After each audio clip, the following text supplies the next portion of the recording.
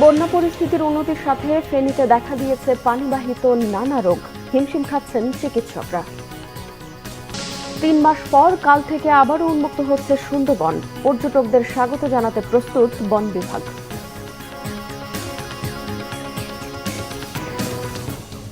দেখছিলেন crown cement সংবাদ শিরোনাম, এবারে বিস্তারিত। কোটা সংস্কার আন্দোলন এবং ছাত্র জনতার অভ্যুত্থান পরবর্তী সময়ে মানবাধিকার লঙ্ঘনের ঘটনা তদন্তে জাতিসংঘের সহায়তা চেয়েছেন অন্তর্বর্তী সরকারের প্রধান উপদেষ্টা ডক্টর মোহাম্মদ ইউনূস। জাতিসংঘের মানবাধিকার বিষয়ক হাই কমিশনার ফলকার টুরকে চিঠি দিয়ে এই সহায়তা চান তিনি। জাতিসংঘের মানবাধিকার বিষয়ক হাই কমিশনারের মুখপাত্র রাভিনা সামাদাসানি সংবাদ ব্রিফিংয়ে এই তথ্য জানিয়েছেন। ব্রিফিংয়ে জানানো হয়, বাংলাদেশে ১ জুলাই থেকে ১৫ আগস্ট পর্যন্ত মানবাধিকার লঙ্ঘনের ঘটনার একটি নিরপেক্ষ ও স্বাধীন অনুসন্ধানের বিষয়ে প্রধান উপদেষ্টা ডক্টর মোহাম্মদ ইউনূসের কাছ থেকে আনুষ্ঠানিক আমন্ত্রণ পেয়েছেন জাতিসংঘের মানবাধিকার বিষয়ক হাই কমিশনার ফলকার টুর্ক। বিক্ষোভের সময় ঘটে যাওয়া মানবাধিকার লঙ্ঘন, আইনশৃঙ্খলা বাহিনীর ক্ষমতা অপপ্রয়োগের বিষয়ে প্রতিবেদনের পাশাপাশি এসব লঙ্ঘনের মূল কারণ বিশ্লেষণ, ন্যায় বিচার, জবাবদিহিতা ও দীর্ঘমেয়াদী সংস্কারের জন্য আগামী কয়েক সপ্তাহের মধ্যেই তথ্য অনুসন্ধানী দল নিযুক্ত করবে হাই কমিশনারের দফতর। ব্রিফিংয়ে বলা হয়, হাই কমিশনারের একটি অগ্রবর্তী দল এরই মধ্যে বাংলাদেশ সফর করেছে। এছাড়াও সরকারের গুম নিয়ে তদন্ত কমিশন গঠনকেও স্বাগত জানান জাতিসংঘের মানবাধিকার বিষয়ক হাই কমিশনার। বন্যা পরিস্থিতির উন্নতির সাথে ফেনীতে দেখা দিয়েছে পানিবাহিত নানা রোগবালাই। ডায়রিয়া, আমাশা, পেট ব্যথা, জ্বর ও চর্মরোগে আক্রান্ত হচ্ছে বানভাসীরা। আক্রান্তদের বেশিরভাগই শিশু। চিকিৎসা সেবা দিতে হিমশিম খাচ্ছেন চিকিৎসকরা। ফেনী প্রতিনিধি রফিকুল ইসলামের তথ্য ও ছবিতে ডেস্ক রিপোর্ট। ফেনীতে বন্যার পানি নামছে ধীরে, কোথাও কোথাও এখনো চরম অবস্থা। যেসব এলাকার পানি নামছে সেখানে বাড়ছে পানিবাহিত রোগের সংক্রমণ।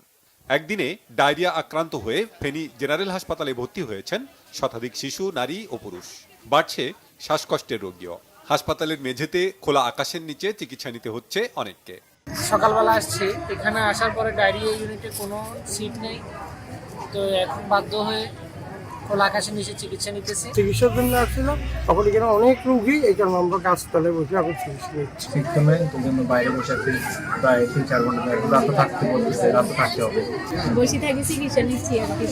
কোথাও সিট পাওয়া যাইতেছে না। ঝগড়া করছি ওদের সাথে করে যে বাচ্চা ঠান্ডা লাগে যেমন এসে থাকলে তো তাহলে 3 জন থাকবে অ্যাক্সিডেন্ট আমরা 3 জন করে আসছিলাম। রোগীর চাপ বাড়ায় হিমশিম অবস্থা নার্স ও চিকিৎসকদের। 17টা বেডের পিছনে 200 রোগী, এত পেশেন্ট আমরা কাউকে কিন্তু ফেরত দিচ্ছি না। যতটুকু পারতেছি ততটুকু সেবা দেওয়ার চেষ্টা করতেছি। পানিবাহিত রোগের পাশাপাশি হাসপাতালে বেড়েছে সাপে কাটা রোগীও।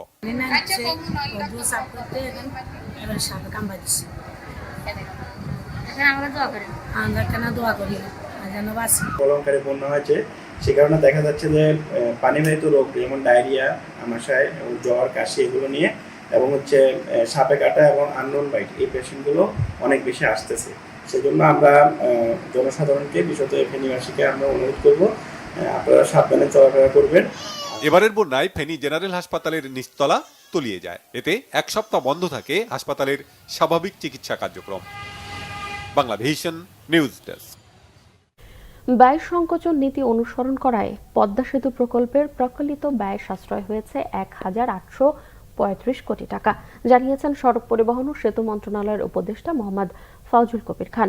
তিনি আরো বলেন, পদ্মা সেতু নির্মাণের সময় ভালো সরকার থাকলে ব্যয় আরো অনেক কমিয়ে আনা যেত। শুক্রবার সন্ধ্যায় শরীয়তপুরে সাংবাদিকদের সাথে মতবিনিময়কালে তিনি এসব কথা বলেন। দুর্নীতির সিন্ডিকেট ভাঙা নিয়ে উপদেষ্টা বলেন, উন্মুক্ত প্রতিযোগিতার মাধ্যমে দরপত্র আহ্বান করে সৎ ও যোগ্য ব্যবসায়ীদের কাজ করার পরিবেশ সৃষ্টি করা হবে। কাজের মূল্যায়ন হবে গ্রাহক সেবার উপর ভিত্তি করে।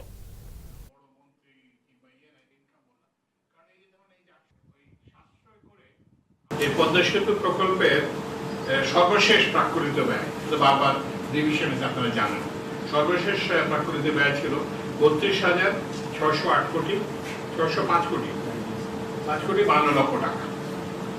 তো এখন এই যে বললাম যে ব্যয় সংকোচন নীতি এবং এগুলো প্রচেষ্টা করে, তো এখন আমরা সর্বশেষ চূড়ান্ত ব্যয় এখন দাঁড়িয়েছে ৩০,৭৭০ কোটি টাকা, ৭০ কোটি ১৪ লক্ষ টাকা।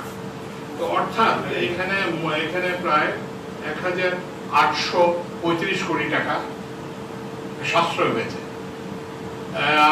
এটা থেকে আপনারা যেটা বুঝতে পারেন যে আমাদের এখানে যদি ভালো সরকার থাকতো তাহলে হয়তো আমরা পদ্মা সেতু আরো অনেক কম ব্যয় করতে পারতাম।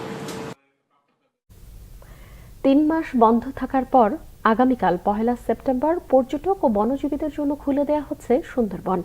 এ উপলক্ষে নতুনভাবে সাজানো হয়েছে পূর্ব বন বিভাগের সবকয়টি কেন্দ্র। ভ্রমণ পিপাসুদের স্বাগত জানাতে প্রস্তুত সংশ্লিষ্টরা। তারা বলছেন, ছাত্র জনতার বিপ্লবের পর নতুন বাংলাদেশের উন্নয়নে সুন্দরবনকে আরো বেশি কাজে লাগানোর কথা ভাবতে হবে। বাংলা প্রতিনিধি জসিমউদ্দিনের রিপোর্টে থাকছে বিস্তারিত।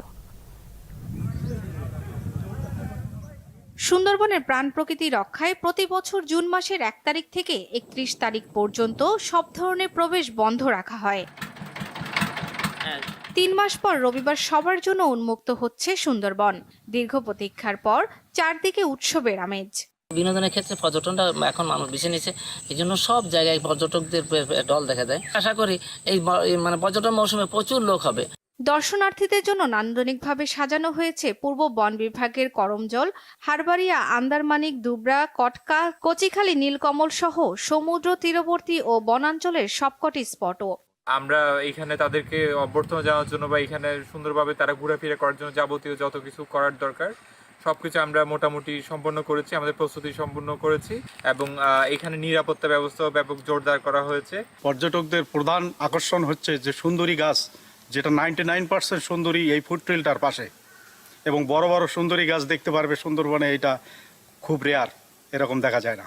প্রতি বছর কয়েক লাখ দেশি বিদেশি পর্যটন আসেন সুন্দরবনে। স্থানীয়দের কর্মসংস্থানের পাশাপাশি সরকারের আয় হয় কোটি কোটি টাকা। Bangla vision news desk.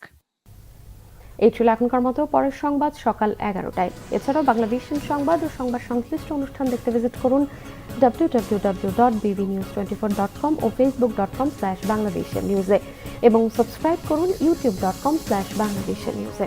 এখন সঙ্গে থাকায় ধন্যবাদ সবাইকে।